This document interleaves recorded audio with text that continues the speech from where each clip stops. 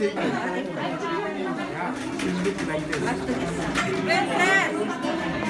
put the mic there.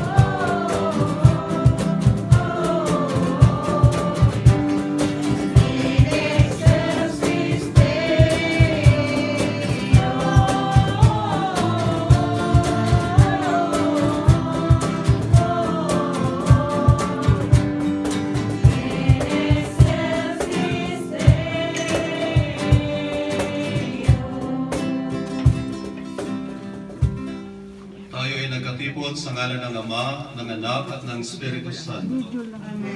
Ang pagpapala ng ating Panginoong Jesucristo, ang pag-ibig ng Diyos Ama, at ang pakikipagkaisa ng Espiritu Santo, naway sumayin lahat. Maligayang Pasko sa ating lahat. Maligayang Pasko, Father. Kahit nakamask, paki-smile sa loob ng mask and greet and welcome each other sa ating banal na misa. Merry Christmas. Mga kapatid, aminin natin ang ating mga kasalanan upang tayo maging marapat gumanap sa banal na pagdiriwang. Inaamin ko sa makapangyarihang Diyos at sa inyo mga kapatid, na lubha akong nagkasala sa isip, sa salita at sa gawa, at sa aking pagkukulang.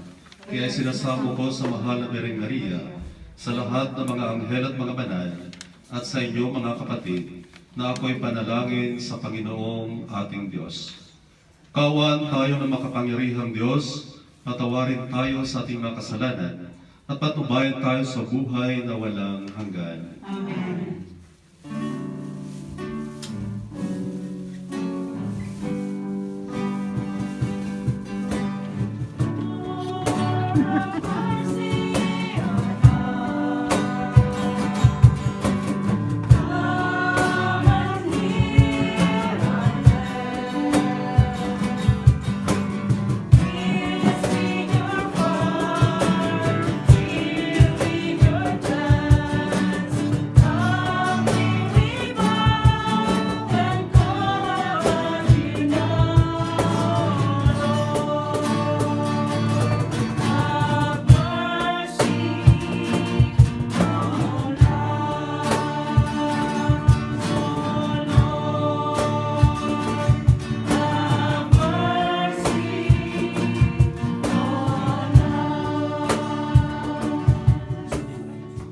Gloria in excelsis Deo.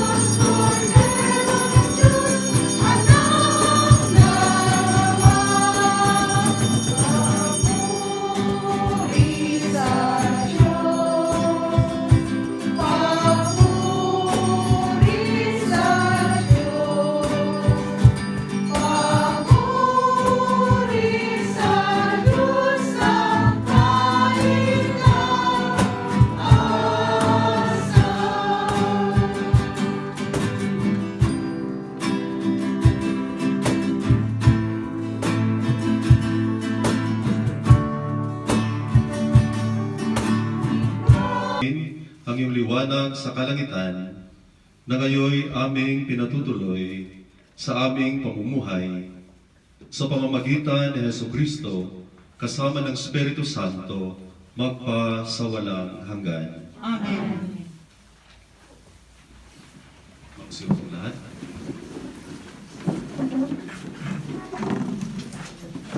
Nagpapahayag mula sa sulat ni Apostol San Pablo kay Tito. Pinakamamahal kong kapatid, inihayag ng Diyos ang kanyang kagandahang loob na nagdudulot ng kaligtasan sa lahat ng tao. Ito ang siyang umaakay sa atin upang talikdan ang likong pamumuhay at damdaming makalaman. Kaya't makapamumuhay tayo ngayon ng maayos, matuwid at karapat-dapat sa Diyos at karapat-dapat sa Diyos. Samantalang hinihintay natin ang ating inaasahan, ang dakilang araw ng pagpapahayag sa ating dakilang Diyos at tagapagligtas na si Jesucristo sa gitna ng kanyang kaninginan. Ibinigay niya ang kanyang sarili upang iligtas tayo sa lahat ng kalikuan at linisin para maging kanyang bayan na nakatalagang gumawa ng mabuti. Ang salita ng Diyos. Salamat sa Diyos.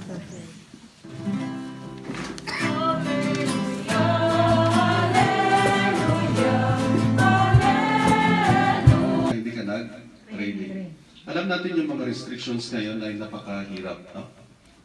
Again, I am happy to have you tonight sa ating banal na misa. Kapag binabasa yung mga readings, parang tumatayo yung balahibo ko. No, while preparing my sharing, masaya kahit na wala masyadong party ngayon. Kahit saan naman sa mundo, hindi ganun kasaya ang Christmas. Nights sa ating simbang gabi.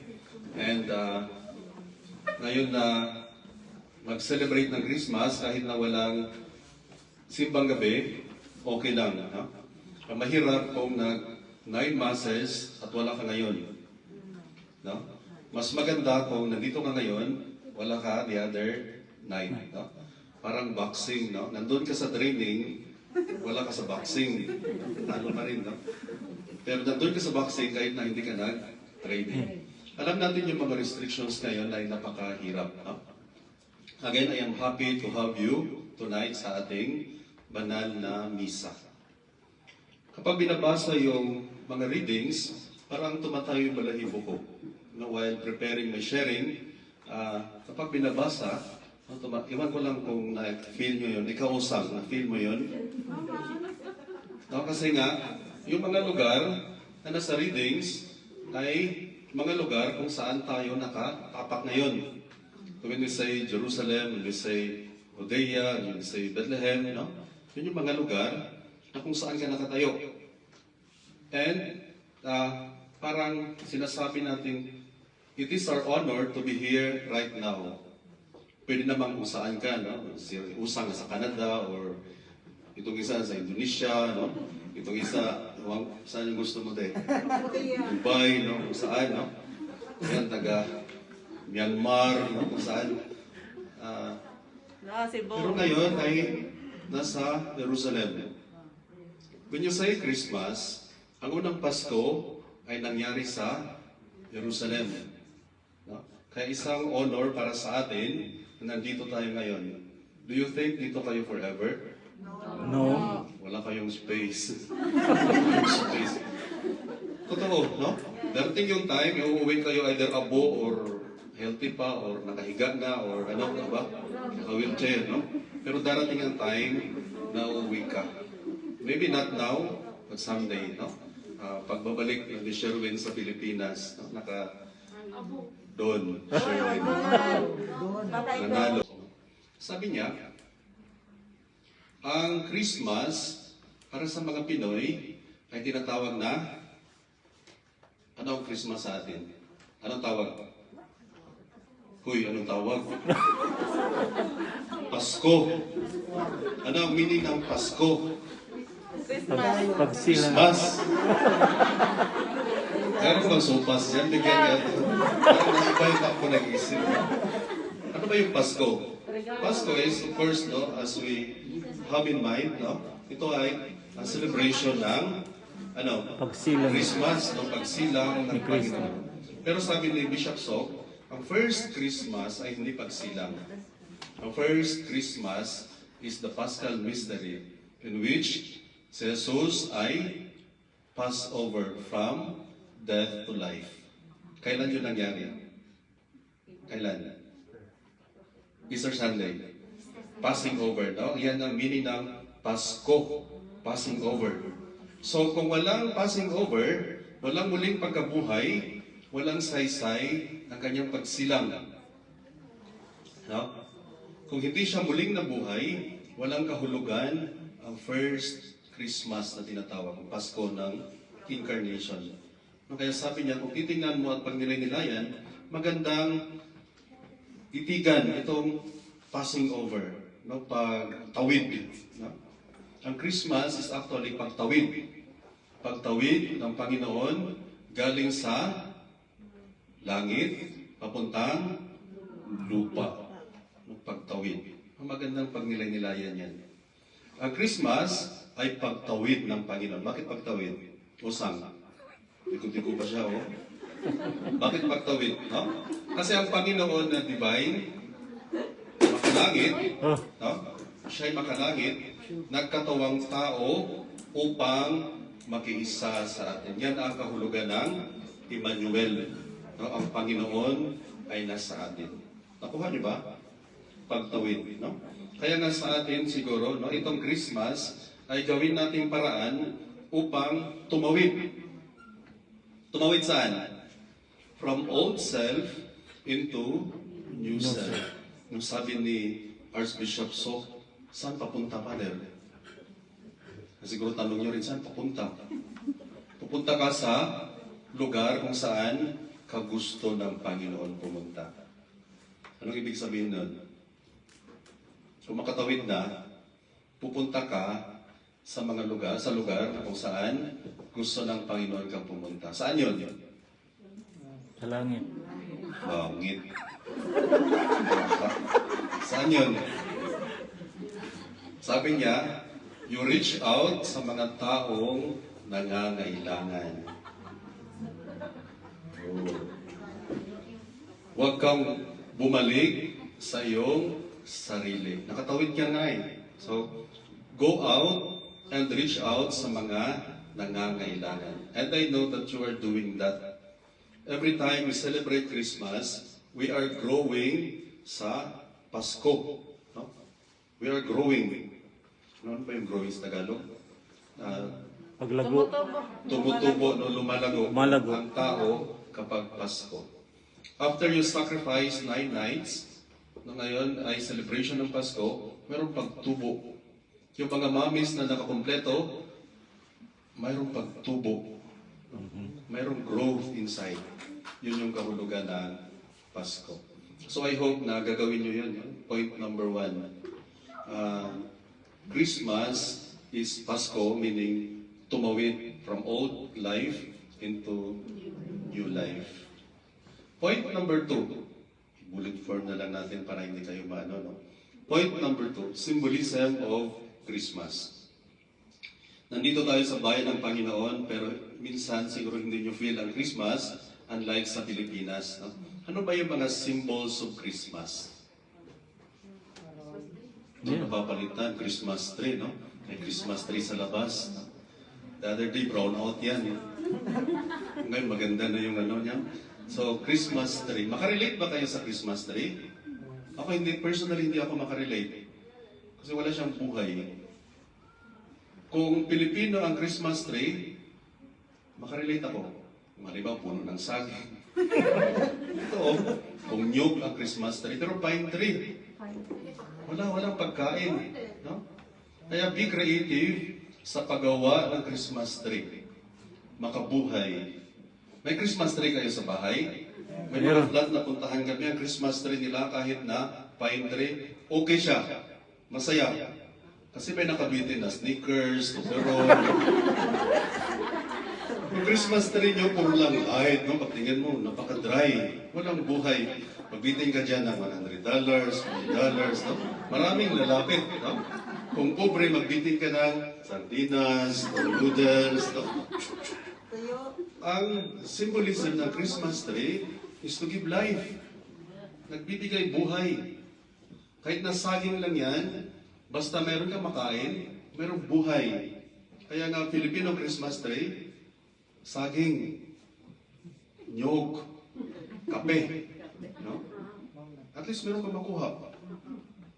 No, kami nga ni Father Ramil, no, balak sana namin gumawa ng Christmas tree para sa mga pamilyang mahirap. And every time we celebrate Simbang Gabi, yung pamilya na yon ay mag-harvest ng noodles, ng dilata, ng spaghetti, no? Nabigay nyo. Di ba maganda? Pero tingnan mo yan, hanggang picture lang yan. Hindi yan makaabot sa dyan. Di ba? Pero kung meron niyang Christmas tree is a symbol of giving. Giving. Kaya ang ibang Christmas tree, merong gift sa baba. Wala namang laman. Cartoon lang. Show, no? Pero yung tunay na Christmas tree, nagbibigay.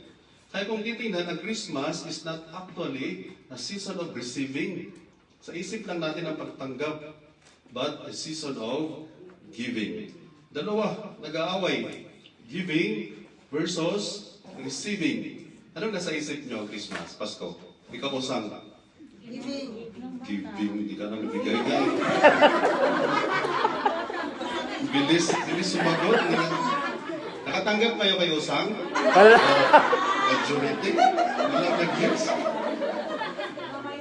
Kasi ang nasa isip ng tao, Christmas is receiving.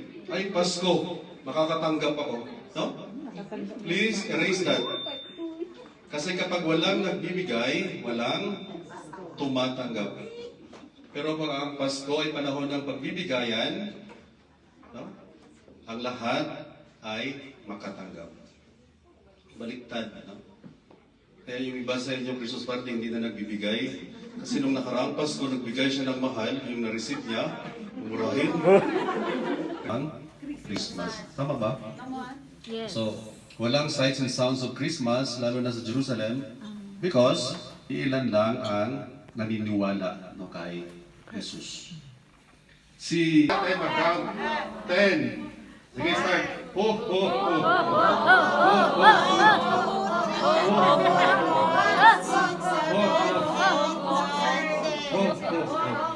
Hindi nakikinig sa Yung hindi nagsalta, last Christmas yun na to.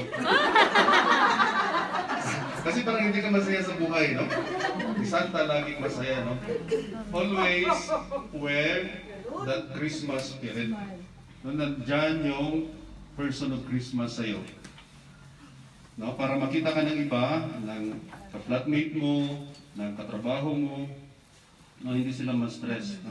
Sometimes, yung gesture ng Holy Week na nandyan sa'yo ay nagdadala ng negative something sa iba. Presence mo pa lang, ayaw na nila. Napaka-negative. No? Pero kung nagre-reflect sa iyo yung pagiging persona ng Christmas person, no? Light personality. No? So ganun ang mensahe ko sa inyo, no? And siguro gawin niyo na rin yung New Year's resolutions nyo, yung tatlo, no?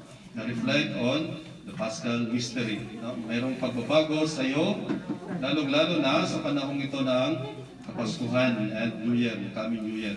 Second, ay yung mga symbols na makikita mo outside, magre-remind sa iyo na sa kahulugan ng Pasko.